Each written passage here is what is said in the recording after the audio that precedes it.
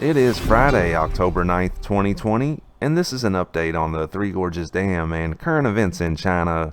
We have 4 pieces of information to cover today, including a look at the live stream and the water level at the dam. Also, courtesy of UPI, flood destruction in China cost $32 billion, authorities say. Next, courtesy of Fox News, NYPD cop accused of spying for China, ordered detained. We also have some new tweets. Let's hop into it.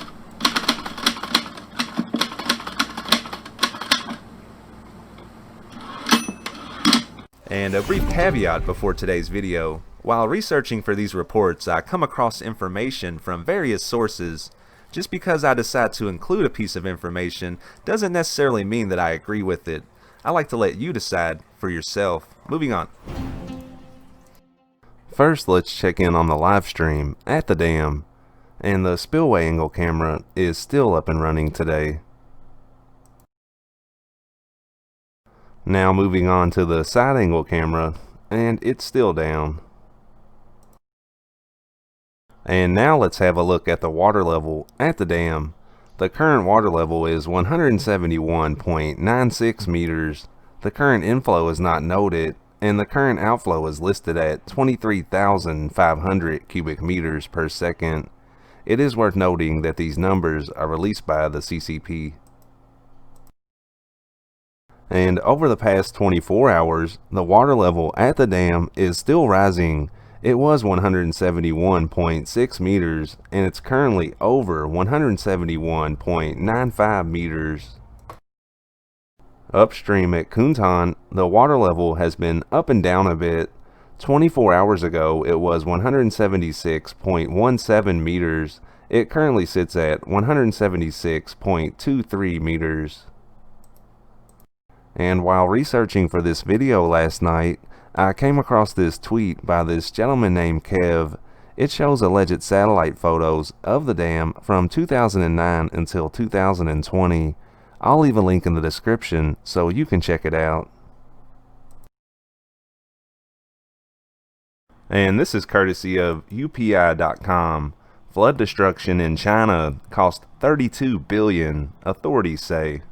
More than 70 million people were directly affected by flooding in China this summer, and damages amount to more than $32 billion, Chinese authorities say. According to authorities, the floods impacted more than 73 million people, or 19.1% more than the 5-year average. This has led to significant losses of about $32 billion for regional Chinese economies, the government said. The Chinese ministry also claimed that active countermeasures mitigated some of the losses. The agency also said that the number of houses affected decreased by 57.4% from the 5-year average. On Thursday, Chinese authorities said the flooding, which raised water levels at the Three Gorges Dam and inundated cities like Chongqing in August, was the most serious disaster since 1998. Floods occurred for an extended period of time along 21 major rivers, including the Yangtze, the ministry said. China's recovery from summer floods is taking place as the country marks its National Golden Week, a week-long holiday marked by busy travel. Chinese state media reported more than 600 million people hit the road this week. China Central Television aired live footage of major tourist attractions crowded with visitors. More than 1,500 sites were either offering free or discounted admission to lure domestic travelers, state media said. Local governments have also been encouraging Chinese consumers to open their wallets as it claims victory over the pandemic.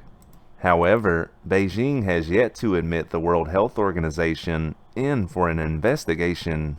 The South China Morning Post reported Thursday WHO Program Director Mike Ryan said it's up to Beijing to approve an international team to enter the country. Thank you for watching this video. If you're finding it informative, please consider giving the channel a subscribe. And this comes courtesy of Fox News. NYPD cop accused of spying for China ordered detained. A New York City police officer accused of spying for China was ordered detained on Wednesday while he awaits trial and could face denaturalization and removal from the United States after a possible prison sentence, a federal judge said. Federal Judge Eric Committee ordered the detention of Queens cop Bamadaje Angwang after prosecutors appealed a magistrate judge's decision to grant him a $1 million bond and confine him to house arrest. Prosecutors argued that Angwang could slip away from authorities, possibly by seeking asylum in the Chinese consulate in Manhattan, thereby evading justice. The defendant clearly has strong ties to China, a country with which the United States has no extradition treaty. Committee's order reads, adding that given the evidence against Angwang, the court concluded he poses a serious risk of flight. Angwang is charged with acting as a foreign agent for Beijing, obstruction, wire fraud, and making false statements. Prosecutors allege he took direction from Chinese handlers and tracked the activities of New York's Tibetan community since at least 2018 and tried to infiltrate Tibetan groups in the area. The 33-year-old worked as a community affair officer in the NYPD's 111th precinct and served in the Army Reserve during his alleged spying. His lawyers argued that Angwang never passed along classified information. It should go without saying that a law enforcement officer's decision to act on behalf of a foreign government, and in doing so to inform on the activities of fellow citizens, can have serious repercussions, even absent the passing of state secrets, the court said. The court noted that Angwang, an ethnic Tibetan, could face denaturalization proceedings and deportation to China after serving a possible prison sentence. He arrived in the U.S. as a teenager and sought asylum.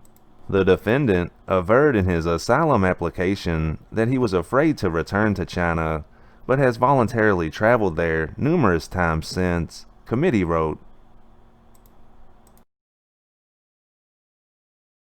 And our last piece of information is a series of interesting tweets.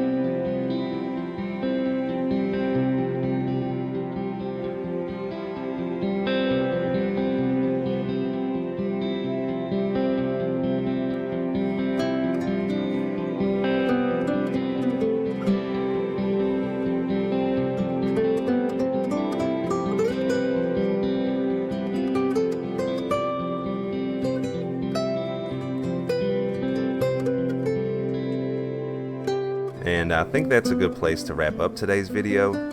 I hope that you found it informative, and check back soon for more content.